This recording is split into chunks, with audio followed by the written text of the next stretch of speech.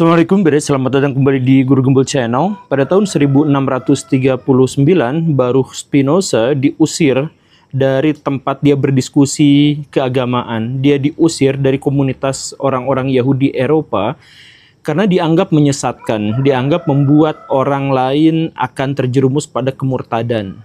Kenapa bisa seperti itu? Apa sebenarnya yang dia katakan? Ya, dia sebagai filosof merumuskan bahwa Tuhan itu bukan sebagai pribadi, bahwa Tuhan itu bukan dia yang maha mengampuni, bukan maha yang menghakimi, bukan Tuhan yang datang untuk memberikan pencerahan dan petunjuk kepada manusia, bukan juga Tuhan yang menciptakan surga dan neraka, bukan. Dalam pikiran dia, ketika Tuhan digambarkan dengan wujud-wujud dia maha mengasihi, maha mengayomi dan sebagainya, itu tidak pernah lebih daripada hayalan manusia yang mencoba untuk membatasi ketuhanan. Jadi Tuhan digambarkan sama seperti apa yang manusia alami. Ketika manusia bisa marah, maka Tuhan dibuat marah, cuma ditambahin maha marah. Ketika manusia itu berhati baik dan kemudian memberikan pencerahan kepada orang lain, maka Tuhan pun baik dan memberikan pencerahan kepada manusia, ditambahin maha. Ketika manusia bisa membuat handphone dan lain sebagainya, maka dibuatlah Tuhan yang maha menciptakan segala sesuatu. Bagi Spinoza itu adalah gambaran Tuhan yang terlalu picik karena segala sesuatu dikaitkan dengan manusia. Manusia menjadi seperti ini, kemudian Tuhan juga begitu, cuma ditambahin mahanya saja. Jadi ini adalah Tuhan yang antropomorfik, dan Tuhan yang antropomorfik itu meniscayakan keberadaan tubuh. Jadi Tuhan itu bertubuh, maka dia berkaki, bertangan, dan lain sebagainya. Karena memang diserupakan dengan manusia yang bisa mengampuni, bisa memaafkan, bisa baik, bisa jahat, dan lain sebagainya. Karena Tuhan itu pada akhirnya meniscayakan adanya tubuh, maka Tuhan itu menjadi terbatas. Karena segala yang berhubungan dengan tubuh itu terbatas. Bahkan tubuh kita pun kan sebenarnya tidak seliar imajinasi kita. Imajinasi kita jauh lebih liar, dan imajinasi kita banyak yang tidak mewujud ya gara-gara tubuh fisik kita. Imajinasi kita ingin terbang atau melakukan teleportasi, tetapi tubuh biologis kita tidak menghendaki itu dan akhirnya gagal. Artinya tubuh itu pembatas. Ketika Tuhan digambarkan sebagai memiliki tubuh dan personal, ya Tuhan itu pada akhirnya menjadi Tuhan terbatas. Maka Spinoza kemudian menawarkan sebuah gagasan bahwa Tuhan itu, ya ini sering dipahami sebagai deisme gitu ya, atau panteisme bisa aja, tapi ini mungkin tidak ada diksi yang bisa mengakomodasinya. Tapi dalam pikiran Spinoza, Tuhan itu adalah yang mewujud menjadi alam semesta ini, dan karena itu dia menjadi netral. Dia tidak menghakimi orang, dia tidak menciptakan surga dan neraka. Segala sesuatu yang ada sudah sepenuhnya ada dalam alam semesta, dan alam semesta ini sudah ada hukum-hukumnya, dan itu adalah manifestasi dari Tuhan. Jadi kita nggak usah mikir-mikir tentang Tuhan itu bagaimana, ya tidak terbatas, sama seperti alam semesta yang sama sekali tidak bisa kita jangkau. Semua yang kita bisa jangkau terkait dengan alam semesta ya hanya proyeksi indrawi kita saja untuk bisa menangkapnya. Nanti ketika misalkan kita menjadi ilmuwan kuantum atau ilmuwan relativitas, kita akan sadar bahwa alam semesta ini jauh lebih luas daripada yang paling mungkin kita bayangkan, dan yang paling mungkin bisa kita indra tentu saja. Nah, manifestasi Tuhannya seperti itu, maka Tuhan yang sesungguhnya seperti apa? Ya di luar itu semua gitu.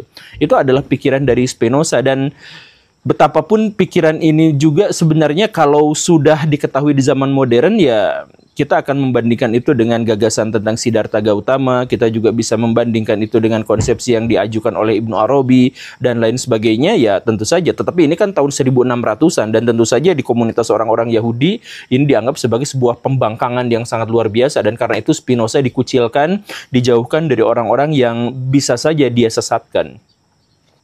Filosof lain yang datang belakangan, Friedrich Nietzsche, itu berpikir tentang sesuatu yang lain tentang Tuhan, bahwa Tuhan itu adalah gagasan supranatural manusia yang justru akan mengerangkeng manusia dalam pikiran-pikiran budak, dalam mental-mental orang rendahan, orang bawah, orang yang tidak bisa berbuat apa-apa.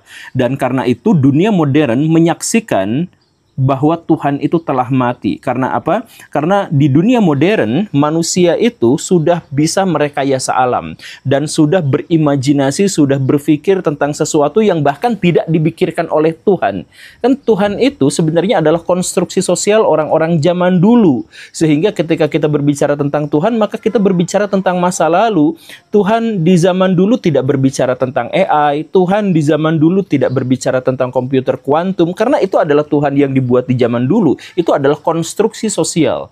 Seandainya Tuhan itu memang benar-benar ada, maka dia bisa diterima oleh orang di setiap zaman. Maka Tuhan juga mungkin akan mengisyaratkan tentang keberadaan komputer kuantum dan perjalanan antar galaksi dan lain sebagainya, misalkan seperti itu.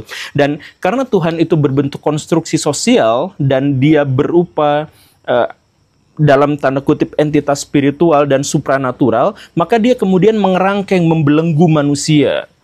Jadi akhirnya dunia modern itu dikatakan Tuhan telah mati. Siapa yang membunuh Tuhan itu? Ya kita, orang-orang modern yang sebenarnya sudah mengetahui seluk-beluk tentang kehidupan segala sesuatu, yang tidak lagi membutuhkan cerita-cerita tentang Tuhan. Itu dalam pikiran Nietzsche. Nah, tapi Nietzsche juga mengatakan bahwa sebenarnya gagasan atau entitas Tuhan dalam konsep kita itu sebenarnya adalah gagasan yang memberikan kepada kita nilai-nilai dan makna-makna. Jadi kita misalkan kenapa kita hidup dan sebagainya, nah agama dan Tuhan itu memberikan kepada kita makna.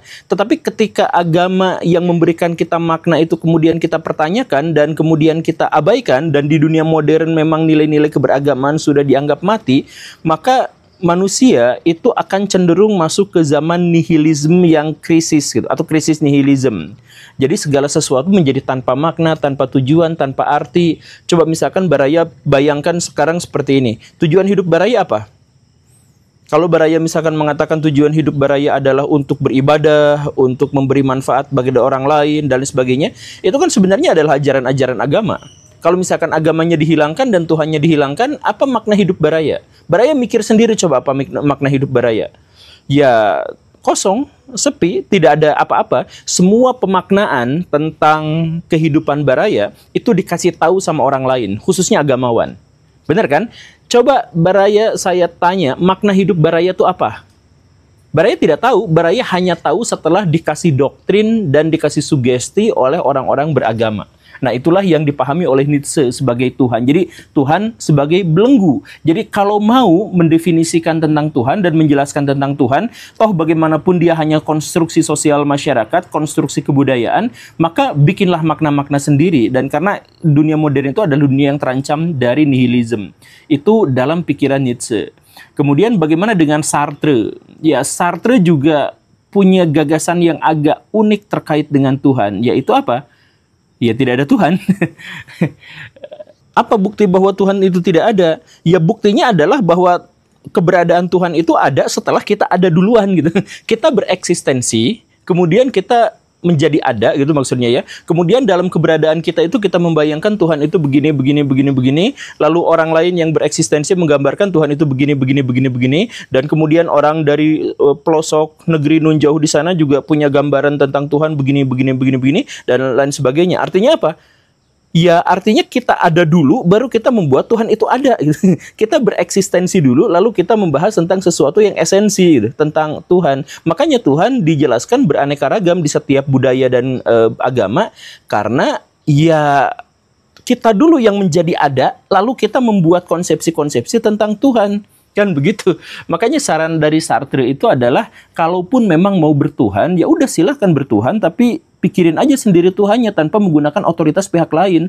Gambarkan aja, buat aja Tuhan yang kita bayangkan bahwa Tuhan itu misalkan AI canggih di masa depan, atau misalkan bahwa ya semacam itulah. Kan yang jelas gambaran-gambaran kita tentang Tuhan adalah gambaran-gambaran yang dibuat secara esensial oleh manusia yang bereksistensi. Begitu kan? Nah, itu adalah pikiran-pikiran dari para filosof di masa lampau terkait dengan Tuhan itu seperti apa. Lalu saya bagaimana? Bagaimana sikap saya? Apakah saya menjadi ateis atau non-teis atau misalnya anti-teis atau misalnya seorang teis dan lain sebagainya? Bagaimana? Nah, ini satu hal yang mungkin di masyarakat Indonesia itu agak membingungkan bahwa saya tuh adalah orang yang tidak mau membicarakan tentang Tuhan dan tidak mau membuat konsepsi-konsepsi tentang Tuhan. Maka saya membiarkan Tuhan itu apa adanya sesuai dengan apa yang sudah sesuai dengan apa yang sudah saya terima sebelumnya secara a priori. Kemudian ketika saya mencoba untuk menalarnya dan ya tetap aja nggak bisa gitu. Itu mentok. Saya sebenarnya termasuk orang yang tidak mau ambil pusing terkait dengan identitas definisi Tuhan, karena pertama itu adalah pembicaraan, dialektika dan diskursus yang sama sekali tidak berfaedah gitu.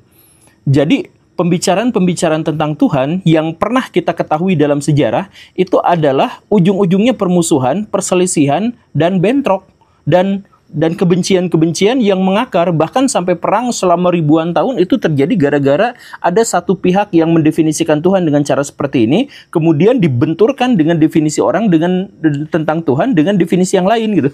Kan seperti itu kurang lebihnya. Tidak ada cerita bahwa ketika kita membahas tentang Tuhan lalu kita menemukan sebuah ide, oh berarti perjalanan antar galaksi bisa dilakukan dengan cara seperti ini. Kan nggak ada. Perdebatan Tuhan itu tidak menghasilkan apapun kecuali kebencian, kerusakan, ya kemudian cerita-cerita kosmik dan lain sebagainya gitu. Makanya terkait dengan Tuhan secara epistemologis kita bahkan tidak tahu Tuhan itu bagaimana gitu, dan kita tidak memiliki informasi yang memadai untuk bisa membuktikan bagaimana Tuhan itu secara konseptual gitu. Kemudian secara ontologis juga ya faedahnya apa makna dari kemudian kita membahas tentang hal-hal yang seperti itu. Jadi baraya begini ya, ini dalam pikiran saya aja. Saya membiarkan Tuhan apa adanya sebagai satu misteri yang harus dihormati dan dihargai. Selesai di situ. Dan ketika saya mengatakan yang seperti itu luar biasanya saya itu dianggap liberal di Indonesia. Saya nggak tahu gimana pola pikirnya, tapi mungkin masyarakat kita itu harus menyesuaikan konsepsi-konsepsi Tuhan itu sesuai dengan otoritas ulama, otoritas pendeta, dan lain sebagainya. Dan otoritas pendeta itu juga mereka berdebat satu sama lain. Misalkan saya kasih contoh beginilah. NU dengan Wahabi itu bentrok sampai sekarang tuh nggak beres-beres dalam hal pemikiran. Di antaranya adalah pemikiran tentang apakah Tuhan itu duduk di atas singgasananya dan bagaimana singgasananya, apakah wajah Tuhan itu ada, apakah tubuh Tuhan, apakah tangan Tuhan itu ada. Nah, mereka tuh berdebat di situ tanpa ada satu pun di antara mereka yang bisa mengakses bukti bahwa pendapatnya itu benar.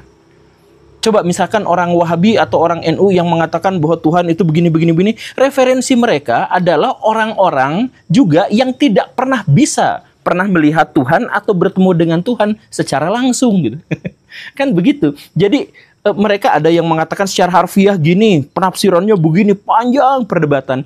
Tapi ya akhirnya kosong gitu. Obrolan mereka itu ya tidak, bayangkan itu misalkan ya, antara Mu'tazilah dengan Asy'ariyah yang sampai sekarang perdebatannya masih diberlanjutkan gitu ya, soal wujud Tuhan, tangan Tuhan dan sebagainya. Itu diskusinya itu 1400 tahun usianya baraya dan sampai sekarang nggak pernah kelar, nggak pernah selesai. Dan dari perdebatan itu apa yang dihasilkan selain perpecahan, selain permusuhan, selain kebencian? Ya tidak ada. Karena apa? Karena pada waktu kita mendiskusikan tentang Tuhan, kita menggunakan akal pikiran kita untuk menjangkau sesuatu yang kita konsepsikan sendiri sebagai tidak terbatas gitu. Jadi ada problematik yang sangat serius di sini, ada kontradiksi yang sangat luar biasa. Kita di satu sisi berkata bahwa Tuhan itu mutlak dan tidak terbatas dan mengajukan premis bahwa akal kita terbatas, lalu kita mencoba untuk mendefinisikan, menceritakan, menarasikan, mengargumentasikan tentang Tuhan, bahwa Tuhan itu begini. Gimana ceritanya itu bisa terjadi? Bayangkan 1500 tahun, 2000 tahun, 5000 tahun kita berbicara tentang Tuhan dalam paradoks yang sama, dalam dilema yang sama, bahwa Tuhan tidak terbatas, akal pikiran kita terbatas, lalu akal pikiran kita mencoba untuk membahas sesuatu yang tidak terbatas gitu. Jadi ini sebenarnya bukan diskusi tentang Tuhan, ini bukan membahas tentang Tuhan, ini sebenarnya adalah kita membenturkan pikiran kita sendiri dengan pikiran kita sendiri, lalu begitu seterusnya, dan kemudian apa? Kita menghujat, menjelek-jelekan orang lain karena definisi Tuhan yang berbeda-beda. Ya kan? Nah, inilah yang luar biasanya di Indonesia itu dipertahankan yang seperti itu. Saya mencoba mengajak baraya, kalau misalkan kita mau berdiskusi, berdiskusilah sesuatu yang berfaedah.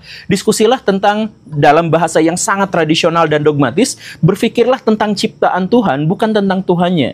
Jadi berbicara itu ya tentang bagaimana cara mengelola sampah seperti orang-orang di Banyumas misalkan, bagaimana cara kita itu membuat energi terbarukan seperti orang-orang Prancis, bagaimana caranya kita menciptakan komputer kuantum seperti yang dilakukan oleh orang-orang Amerika Serikat, bagaimana keranjingannya orang Korea dan Jepang terkait dengan nanoteknologi dan sebagainya. Itu kan bisa kita pikirkan, kita diskursuskan, dan itu produktif.